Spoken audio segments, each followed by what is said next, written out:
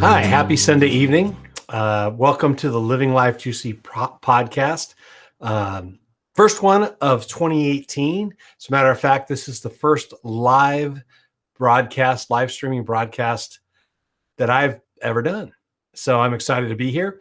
And the purpose of this, Living Life Juicy, is to kind of document my journey of trying to live a juicy life for 2018. Now, this has been a theme that I've really loved for decades.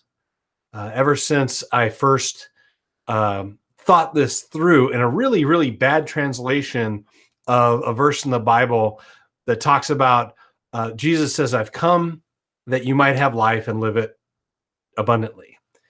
And that was just too fancy of a word, kind of too religious for me. But when I started to think about what that really meant, it meant living a life not just to be safe, that's already taken care of, but a full, overflowing, abundant, all that kind of stuff equated to juicy.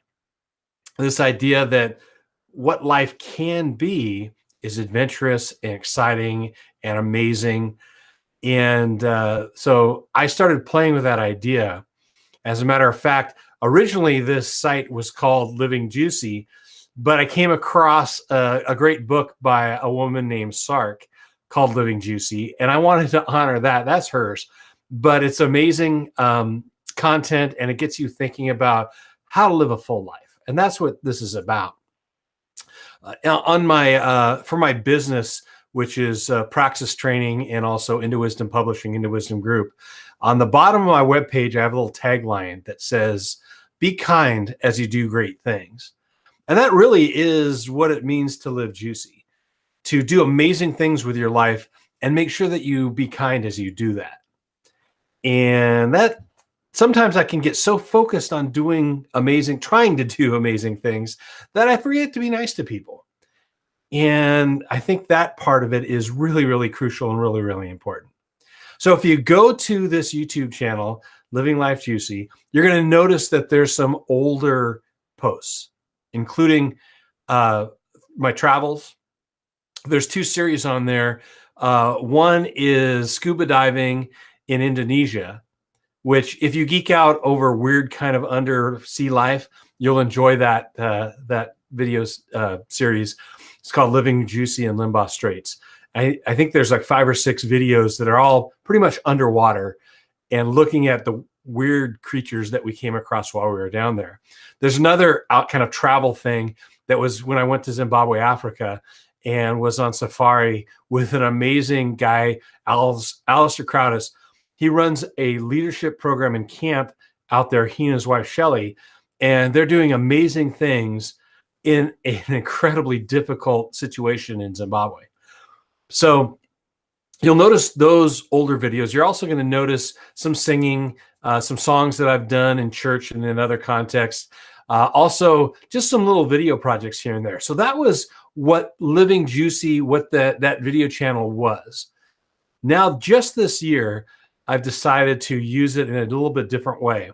Renamed it to Living Life Juicy, and kind of dedicated this year. This is going to be a year of Living Life Juicy and what that means.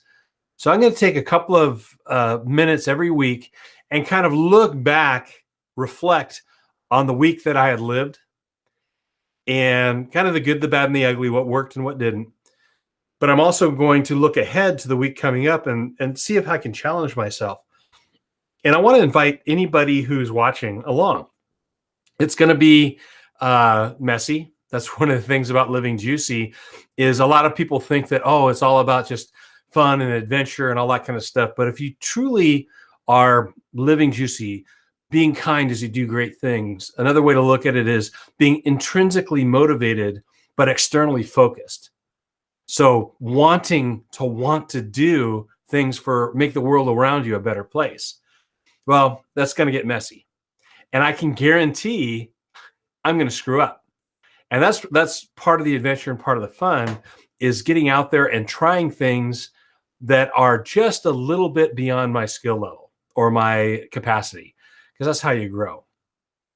One of the things that I'm currently wrestling with, and I've been learning this for a long time, is the concept that Carol Dweck brought up in her book Mindset, and Angela Duckworth kind of popularized in a book called Grit.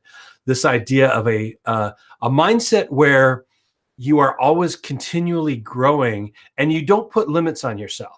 A growth mindset rather than a fixed mindset, where your intelligence isn't fixed by your IQ.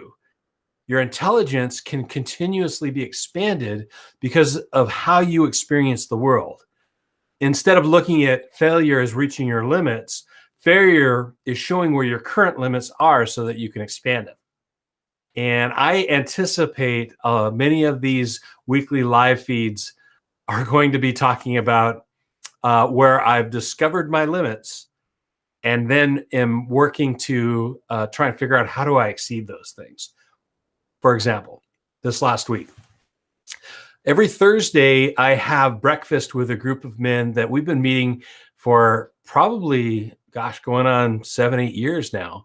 It's a very small group and very kind of mixed group as when it comes to politics and philosophy and things like that. And I find myself, when I listen to people's stances, that I'm trying to fix their thinking rather than listen and appreciate and figure out how can I learn more with all that. So dismal failure this week. As we were talking and things came up, I was doing my best not to listen, but to win an argument.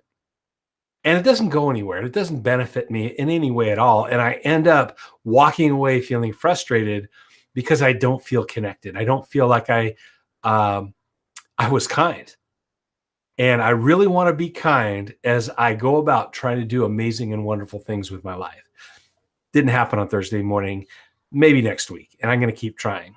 Another way, so I played music this morning. And it was a group of, we were playing for about probably 100, 150 people. And in the warm-up, my guitar sounded fine. And we played really well together. We had a wonderful rehearsal and warm-up session. Sounded great. But something happened between our warm-up and when we actually started playing. My guitar got out of tune. And so I'm playing with a group of people, and first strum, totally off, totally out of it. And I realized that, wow, I cannot keep playing, but I'm kind of leading the singing on this. And I had to kind of pull back. I turned to the other guitar player and said, you gotta carry this, buddy, which kind of stressed him out a little bit. And I tried to tune in the middle of everything. It just made it worse. But taking a deep breath and continued singing. Well, every once in a while, I just, play the guitar a little bit just to see if I wasn't hearing things. But no, it was totally out of tune. And kept singing and kept playing. And this is kind of the lesson I learned from that continuous improvement, that growth mindset was this. When you're playing by yourself, if your guitar is in tune to itself, it really doesn't matter. It sounds fine because it's in tune to itself. But if you want to play with a group of people, if you want to enter into a band setting, if you want to be in community, you got to make sure that you're in tune with everybody around you. Because I can be in tune with myself. It's going to sound horrible when I'm trying to play with everybody else. So my lesson walking away from my time this morning out of tune was that I got to remind myself that if I want to be kind as I do great things, I've got to pay attention to the people in the world around me so that we're tuning together, that we're all in the same boat. So that was last week. And lessons learned. As a matter of fact, Monday or Tuesday, before a lot of this happened, I was in my mornings, I'll go down and I'll spend some time writing in my journal and sitting in my brown chair downstairs early in the morning, hopefully before my son wakes up. I've got a 4-year-old son, where I can just spend some time thinking about the day, capturing my first thoughts. And I was writing about how it's amazing how if you're on a boat, if you're just floating You don't feel the current because the current's just moving you all around. As soon as you drop anchor and decide this is where I want to be, all of a sudden you're getting pulled by the current. You feel the current because you know where you want to be. Same sort of thing happens when you, like a kite. A kite won't fly unless it's anchored and being pulled against the wind. As soon as we decide that we want to do something, as soon as we put a stake in the ground, all of a sudden we feel the resistance around us. Another way of looking at that is, as long as you don't want to go anywhere, you're not going to hit any obstacles. You can always take the path of least resistance. But as soon as you decide on a fixed destination, then all of a sudden you have to cover terrain. You have to cross over certain things to get to where you want to go. Sometimes that road's going to be easy and paved in a straight line. Other times you're going to come across rivers and mountains and obstacles that you have to go over. But as soon as you decide on a destination, you've got to close the gap. So my mind went to the scene from the original Star Wars episode, or whatever, 4, The New Hope. If you remember when R2-D2 and C-3PO, they right at the beginning of the movie, they crash land on Tatooine, Luke's home planet. And as they're going across the desert, R2-D2 knows where he wants to go. He has a destination. C-3PO doesn't really care. And so they come to a crossroads, and R2-D2 insists they've got to go in this direction. And C-3PO says, "That's too hard. Let's go this way. It's easier." C-3PO doesn't care where he's going. R2-D2 does. And that means that he has to face the harder landscape. So when I put the stake in the ground and said that this is going to be the year of living life juicy, I should have expected to all of a sudden to feel the current, to notice the obstacles as I try and live that life and close that ground. And that's all part of living juicy. It's messy. It can be a challenge. But if you want to do great things and be kind to people, you've got to realize that living juicy there will be resistance to it. You're going to find difficult and challenging times, and that makes it even better. I think about my days as an athlete. You wanted to be a game day player. You practice all this time, but the game is really when you challenge yourself. You step on that field, and all of a sudden you have an opponent that's working against you. So it's not just all about your effort. It's also about entering in the field and playing the game as hard as you can, realizing that there's going to be setbacks, realizing that people are going to be pushing against you. That's what makes it fun. That's what makes it interesting. So I'm hoping that I can get some people following along, that maybe I even get some people taking the challenges with me as I step into each week. For instance, this week, I'm going to be on the road this week. I'm going down to work with an old client. We're actually starting a new group of people going through emotional intelligence to figure out how can we find our choicefulness, knowing that we don't have to let our emotions drive us. We need to account for them because they're very powerful, but we don't have to let them drive us. We can be choiceful in how we do that. We can be intentional. So I'm going to be working with a new group of people for that. I'm also, this is kind of really, really cool. I'm going to be talking to a group of doctoral candidates. They're going through their doctoral program, EDD doctorate on organizational leadership. And I get to talk to them 2 different topics. One topic is practical creativity. How can you both leverage practicality and creativity to get your best thinking out there? The other topic is talking about organizational ecosystems, or how can you be intentional about organizational culture?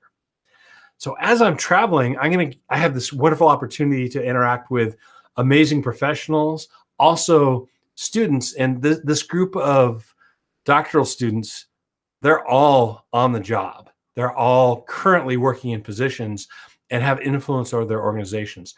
So I've got amazing opportunities. The challenge this week is going to be taking my downtime between those programs and using it to be productive and creative. My goal is to get some writing done, to write on this kind of stuff, the Living Life Juicy. There's a couple of projects that I'm working on. One is, and I'm going to share more about this in future episodes, the growth journey. How can you be really intentional about both looking at where you want to go, where you're at, and how do you close that gap? Another thing I want to get some more information out there on, this idea of professional acumen, that the same skill sets that make you a great professional, make you a great supervisor, and make you a great manager, will make you a great entrepreneur, all these types of things, and looking at the self acumen,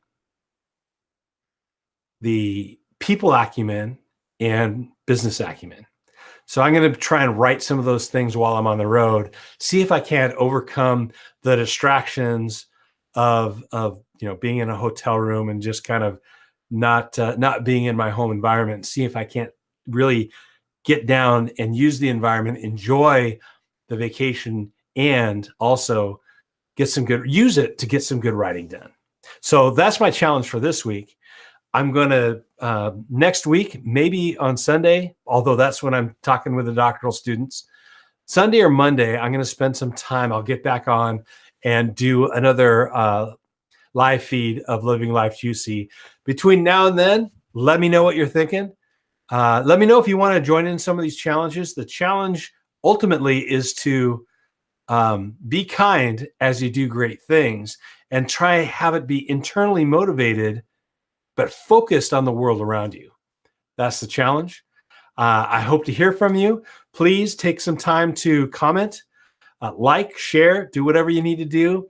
But I'd like to get a number of you guys to join me on this journey as I make 2018 the year of Living Life Juicy. Have a great night. Dive into Monday. Enjoy it. Live next week juicy.